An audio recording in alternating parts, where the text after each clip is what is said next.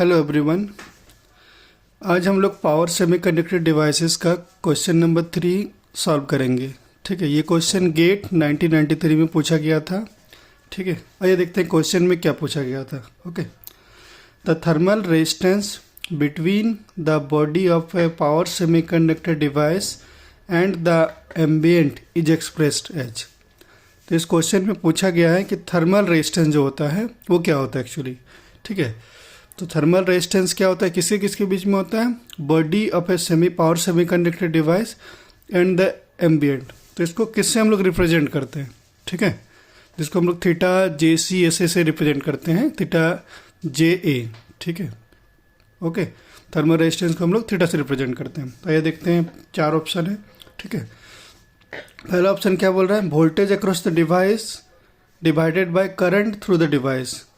ठीक है, V by आई बोल रहा है। ठीक है, तो ये जो डेफिनेशन है ये एक्चुअली थर्मल रेजिस्टेंस के लिए नहीं होता, नॉर्मल रेजिस्टेंस के लिए होता है। ठीक है, जो R equal to V by I होता है। ठीक है, उसके लिए पहला, तो ये तो ऑप्शन होगा नहीं। ठीक है, क्योंकि हमसे पूछा गया थर्मल रेजिस्टेंस के बारे में। ओके, सेकेंड क्या, average power dissipated in the device divided by the square of the RMS current in the device, ये भी नहीं होगा। Average power dissipated in the device divided by the temperature difference from body to ambient, ये भी नहीं होगा। Temperature difference from body to ambient divided by average power dissipated in the device, ये option D correct option answer होगा। Okay, तो हमें ये याद रहना चाहिए कि थर्मल रेजिस्टेंस क्या होता है। ठीक है, मैं आपको डिटेल इसके बारे में बताऊंगा।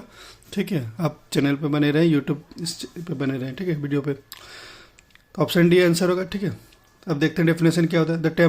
The thermal resistance between the body of power semiconductor device and the ambient is expressed as the temperature difference from body to ambient divided by average power dissipated in the device. ठीक है, मतलब होता है ये कि theta जे ए हमसे पूछा गया। ठीक है, ये क्या होता है actually, T J A divide by P average. Okay, तो टी जे क्या हो गया, temperature difference between junction and ambient. इसको हम लोग ये भी लिख सकते हैं T J minus T A divided by P average. Okay, तो यही हमसे पूछा गया था। तो क्या है, temperature difference from body to ambient. Okay, तो बॉडी टू एम्बिएंट मतलब क्या होता है, आपका बॉडी से एम्बिएंट के बीच में जो टेम्परेचर डिफरेंस होगा, ठीक है, divided by the average power dissipated in the device, उस divide by average power dissipated in the device. The thermal resistance between the body of a power semiconductor device and the ambient is expressed as temperature difference from body to ambient divided by average power dissipated in the device. ये definition हुआ, इसी को मैंने फिर से explain किया। Thermal resistance between the body of a power semiconductor device and the ambient equal to क्या होता है, temperature difference from body to ambient, okay, divide by average power dissipated in the device. ठीक है, तो ये question था actually thermal resistance जो हम लोग करते हैं, प्रोटेक्शन करते हैं SCR से। ठीक है, क्योंकि SCR क्या होता है, जब भी यूज़ करते हैं हम लोग, ठीक है, हाई पावर एप्लीकेशन में, ठीक है, तो वहाँ पे क्या होता है, हीटिंग होता है। ओके, करंट फ्लो करेगा तो ऑब्वियसली कुछ लॉसेस होगा तो हीट जनरेट होगा। ठीक है, तो उससे हम लोग को SCR को बचाना है। ठीक है, तो उससे बचाने के लिए इसीलिए हम लोग ये पढ़ते हैं। ठीक है, why thermal protection of SCR, thyristor gets overheated due to its internal power loss. Therefore, thyristor is mounted in heat sink which absorb the internal power loss and cool the device. Okay, thyristor gets क्या होता है, overheat हो जाता है। ठीक है, due to it's ये अपने इंटरनल पावर लॉस के कारण ये ओवरहीट हो जाता है। Therefore, इसलिए thyristor is mounted in a heat sink, इसलिए थायरिस्टर किसी हीट सिंक में माउंट करते हैं हम लोग। Okay, which absorb the internal, जो हम लोग का इंटरनल पावर लॉस होगा जो भी SCR में, उसको अब्जॉर्ब करेगा और कूल द डिवाइस होता है। ठीक है, तो इसीलिए थर्मल प्रोटेक्शन ऑफ SCR का जरूरत पड़ता है।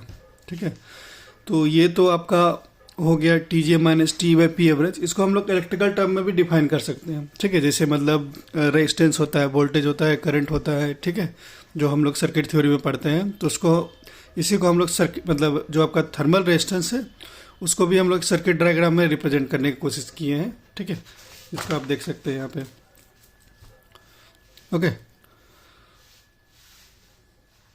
क्या है, थर्मल प्रोटेक्शन ऑफ एससीआर। ठीक है, उसको हम लोग कैसे रिप्रेजेंट किए, इस डायग्राम से रिप्रेजेंट किए हैं। ठीक है, ये क्या है, एक इलेक्ट्रिकल सर्किट रिप्रेजेंटेशन है। ठीक है, तो सर्किट जो हम लोग पढ़ते हैं नेटवर्क थ्योरी में, उसमें क्या होता है, वोल्टेज होता है। तो यहाँ वोल्टेज की जगह क्या होता है, टी, टेम्परेचर होता है, T J A, temperature difference between junction and ambient. Okay, उसके बाद वहाँ जो रेजिस्टेंस होता है, नॉर्मल रेजिस्टेंस, यहाँ पे क्या होता है, थर्मल रेजिस्टेंस, जिसको हम लोग थीटा से रिप्रेजेंट करते हैं। ठीक है, तो एक्चुअली ये डायग्राम कहाँ से आता है, एक्चुअली इससे आता है। ठीक है, तो इसमें क्या होता है कि आपका जैसे जंक्शन होता है, केस होता है, सिंक होता है और एम्बियंट। J4 क्या होता है, जंक्शन, C4 क्या होता है, केस, और S4 क्या, सिंक, और A4 एम्बियंट। ओके, ये मतलब कोई भी SCR होता है उसका इस मतलब पार्ट में हम लोग डिवाइड कर सकते हैं। ठीक है, ये अलग अलग एरिया होता है। ठीक है, तो थीटा जेसी क्या है, thermal resistance between junction and case. Okay, theta CS क्या है, thermal resistance between case and sink. Theta SA क्या है, thermal resistance between sink and ambient. Okay, इसको यहाँ डिफाइन किया गया, theta JC, theta CS, theta SA. ठीक है, और ये यूनिट थीटा क्या होगा, डिग्री सेंटीग्रेड पर वाट होता है। ओके, और थीटा जे जो हो जाएगा आपका, ठीक है, जो हम लोग यहाँ पे फाइनली निकाले in electrical circuit representation, theta J TJ/P average. आप सोच रहे हैं ये कैसे आया। ठीक है, तो यहाँ पे देखिए, एक्चुअली सर्किट थ्योरी में, नेटवर्क थ्योरी में क्या होता है, आपका वोल्टेज की जगह, इसके जगह यहाँ वोल्टेज होता है थोड़ा टी है। ठीक है, रेजिस्टेंस की जगह थीटा है, और करंट की जगह P एवरेज है। ठीक है, तो हम लोग इसको लिख सकते हैं, अगर हमें निकालना है थीटा, मतलब R निकालना है, तो उसमें वहाँ पे क्या होता था, नेटवर्क थ्योरी में V/I, R इक्वल टू क्या होता था, V/I। ओके, तो यहाँ पे क्या होगा, यहाँ V की जगह क्या है, TJA, और I की जगह क्या है, P एवरेज। ठीक है, तो आपका थीटा जे क्या हो गया, TJA/P एवरेज। ओके, तो आप इस तरह से इसको याद कर सकते हैं। ठीक है, अगर ये डायग्राम आपको याद है तो आप कभी भी इसको भूलेंगे नहीं, आप इसको निकाल सकते हैं। ओके, और PA भी क्या होता है, एवरेज पावर लॉस। TJA क्या होता है, temperature difference between junction and ambient. Okay, एक नोट, बहुत इंपॉर्टेंट नोट है। ठीक है, ये जनरली बहुत सारे कॉम्पिटिटिव एग्जाम में ऑब्जेक्टिव में पूछा जाता है as a theoretical question. As ambient temperature decreases. ठीक है, ये जो एम्बियंट का टेम्परेचर है, ठीक है, अगर वो डिक्रीज करेगा तो उसका क्या इफेक्ट पड़ेगा। ठीक है, रेटिंग ऑफ एससीआर इंक्रीज करेगा कि डिक्रीज करेगा, तो आप लोग याद रखिएगा, as ambient temperature decreases, rating of SCR increases. ठीक है, जब भी एम्बियंट टेम्परेचर डिक्रीज करेगा, एम्बियंट टेम्परेचर डिक्रीज करेगा, तो एससीआर का रेटिंग इंक्रीज करेगा। ओके,